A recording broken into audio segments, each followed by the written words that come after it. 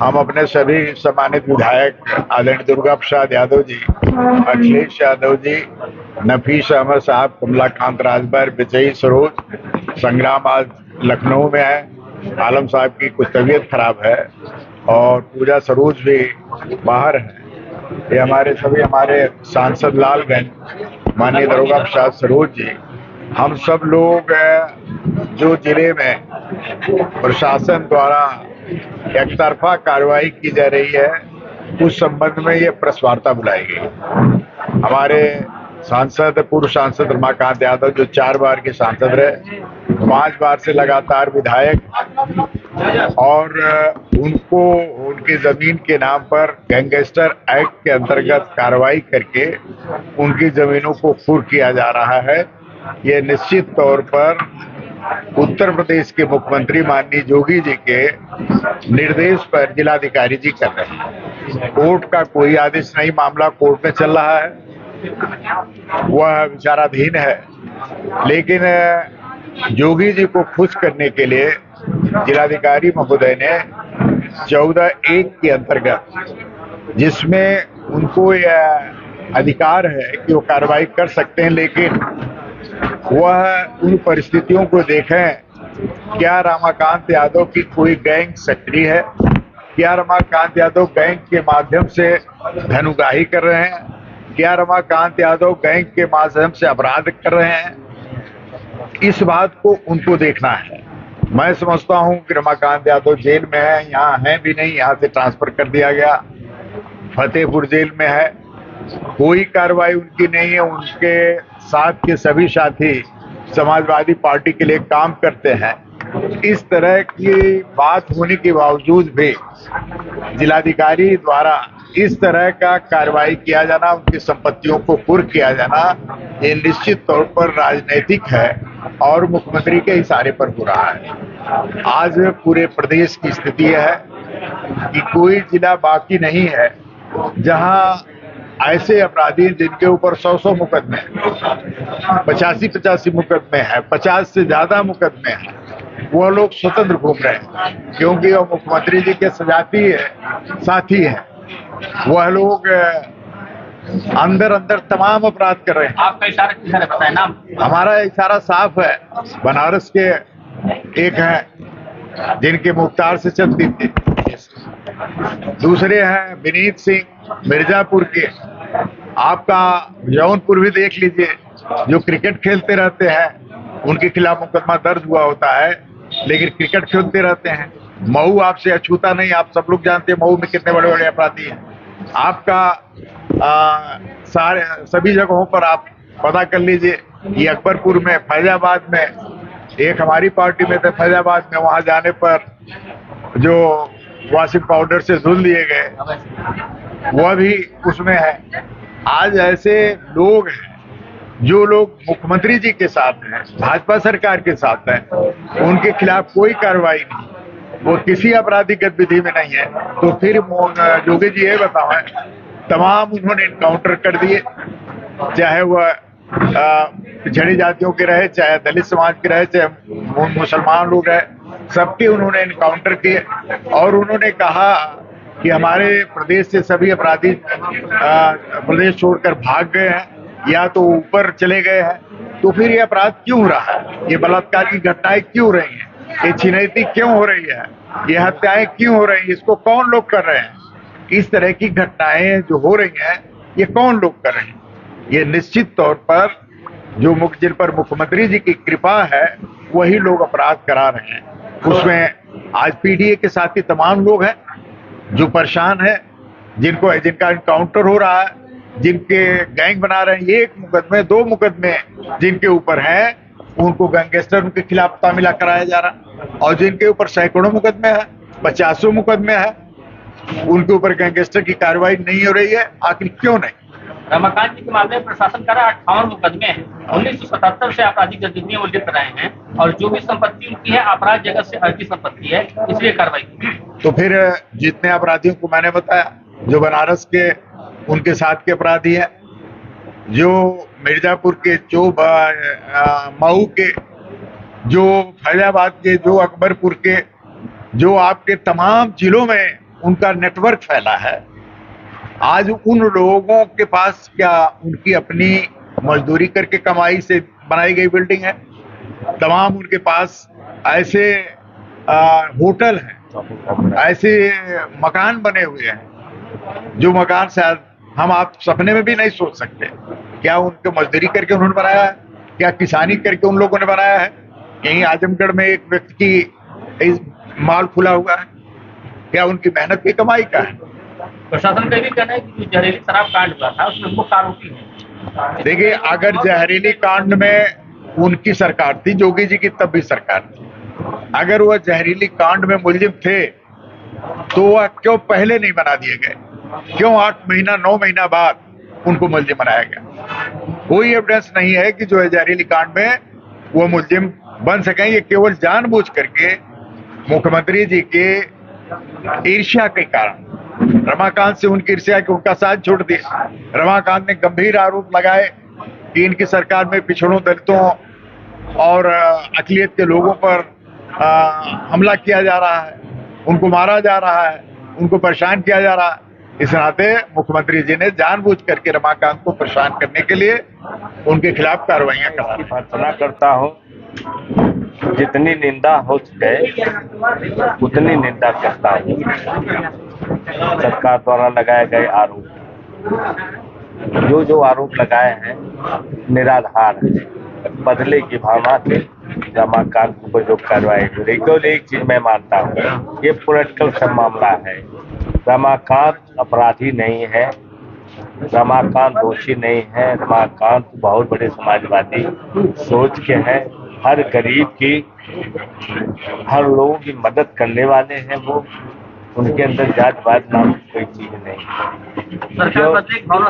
देखिए, सरकार ये है कि रमाकांत यादव को दबंग कहा गया।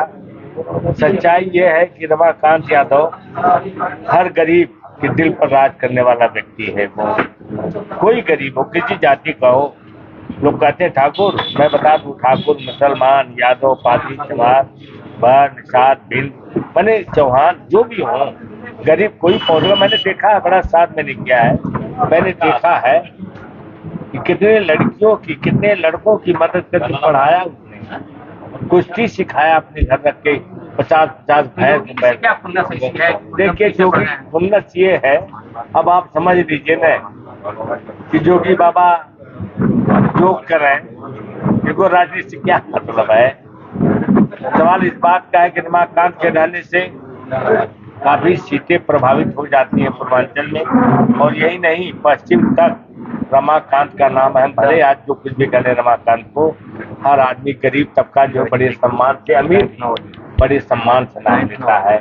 इनके रहने से हमारी पुनः ये सीटें प्रभावित होंगी, इसलिए इनका इतना उत्पीड़न कर दो, इतना दहशत पैदा कर दो, इतना दहशत पैदा कर दो कि जो थोड़े बढ़ भी रहे हैं वो दब जाए, और कोई कारण नहीं। प्रशासन का ये कहना है कि अभी तो 23 करोड़ की संपत्ति से हुई है, आगे और भी कार्रवाई जारी रहेगी। अरे हम कह रहे हैं 23 करोड़ की संपत्ति प्रशासन को चाहिए, जिलाधीश महोदय को चाहिए, चाहे मुख्यमंत्री को चाहिए कि पहले उनकी संपत्ति का ब्यौरा ले लेते, ये संपत्ति कहाँ से आई। रमाकांत यादव 4-5 बार एमएलए भी रहे हैं, और आप जानते हैं तक 4 बार एमपी रहे हैं।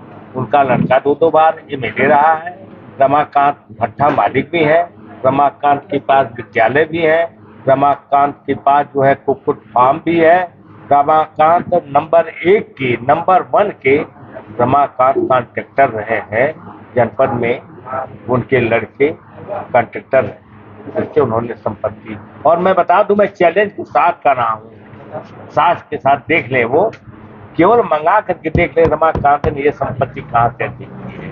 प्रशासन तो कह रहा है कि 1977 से अपराध जगत में थे, उसी तो क्या अपराध, कितना मर्डर उन्होंने किया? 58 मुकदमे हैं। मुकदमे से क्या मतलब? 100 मुकदमा मेरे ऊपर थोप दीजिए।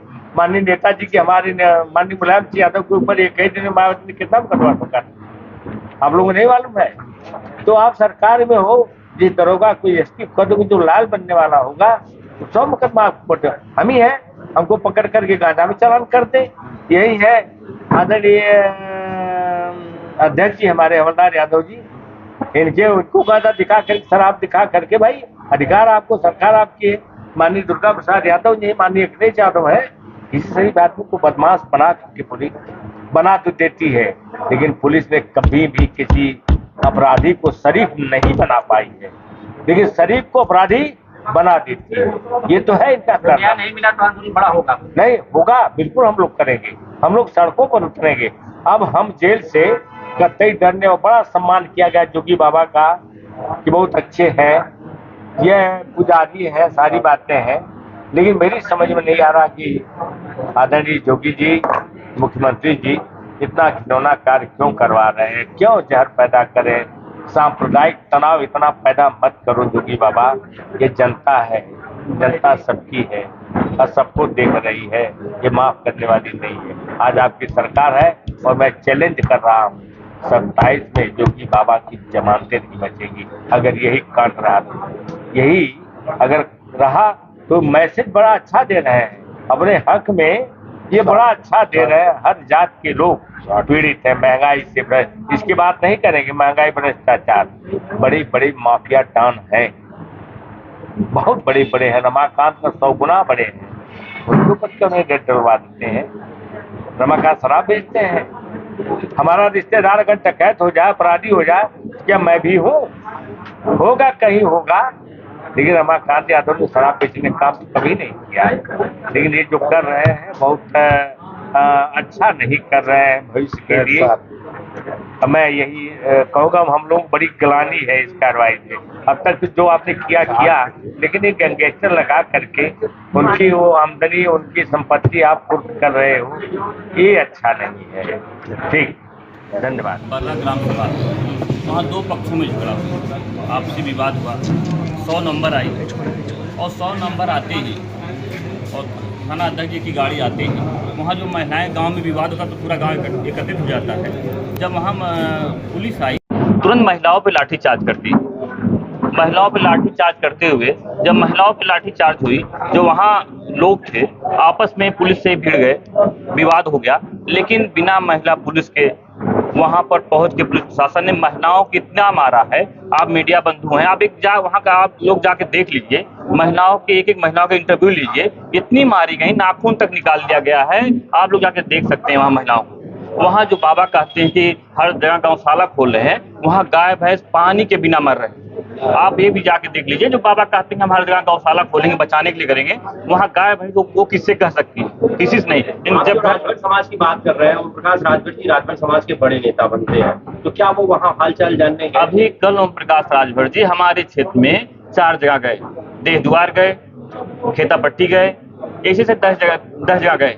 लेकिन उनको, क्योंकि ये भाजपा के घोषित द्वारा एक प्रोग्राम हो रहा है, जो भी राजभर पूरे प्रदेश में जो अत्याचार हो रहा है, ये भाजपा के लोग कर रहे हैं, वहां वो नहीं गए, क्योंकि उनका नाम आ जाता है, उनके पार्टी के लोग, उनके पार्टी की बात है, भाजपा की बात है, उनकी सरकार है, तो पुलिस भी उन्हीं की है, इसलिए वहां पर वो नहीं गए कि गरीब परिवार के पास नहीं गए, कुछ मदद नहीं करने गए। अभी उनकी माननीय ओम प्रकाश जी की आप बात करते हैं, उन्हीं के क्षेत्र की बनारस की बात करते हैं, फाया राजभर के कान काट दिया गया, हाथ काट दिया गया, कुएं में फेंक दिया गया। लेकिन वहां अनिल राजभर जी, माननीय ओम प्रकाश राजभर जी, जिसके ऊपर मुख्य अभियुक्त था, वो बाबा के सजाती जात के थे, प्रधान थे, उनको हमें लगता है इतिहास में पहली बार किसी को मुख्य अभियुक्त चार्जशीट से पहली बार 302 से निकाला गया होगा। 2 दिन में जमानत, उनका नाम निकल गया, पहली बार ऐसा हुआ। कि आप जो मंत्री जी की बात कर रहे हैं, जो अपने जिले की नहीं संभाल पा रहे हैं, तो हमारे जिले में गरीबों और राजभरों के यहाँ कहाँ जाएंगे? अभी बात करते हैं, अब फूलपुर की बात करते हैं हम, वहाँ मुकेश राजभर, एक भी वो कौन सा माफिया था? कोई माफिया नहीं था, केवल कोई मुकदमा भी नहीं था। एक मुकदमा रहा होगा जो गांव में होता है, उसका इनकाउंटर कर दिया गया, तब भी कोई हमारे जो आज भाजपा में बड़े नेता बनते हैं राजभर समाज के, कोई नहीं कहने गया। आज चाहे आप जौनपुर की बात कर लेंगे, अभी 10 दिन पहले कोई एक भी मुकदमा उस राजभर बेटे के उसके ऊपर नहीं था, लेकिन इनकाउंटर किया गया। आप करिए, पुरई गांव है जौनपुर में, खेतासायन थाना के अंतर्गत आता है। जो भाजपा में या आदरणीय ओम प्रकाश जी हुए या अनिल राजभर जी हुए, समाज को, पूरे प्रदेश में राजभर समाज के ऊपर अत्याचार हो रहा है, लेकिन कोई आवाज उठाने वाला नहीं। इन लोग सरकार में रह के भी नहीं ऐसा कर पा रहे हैं।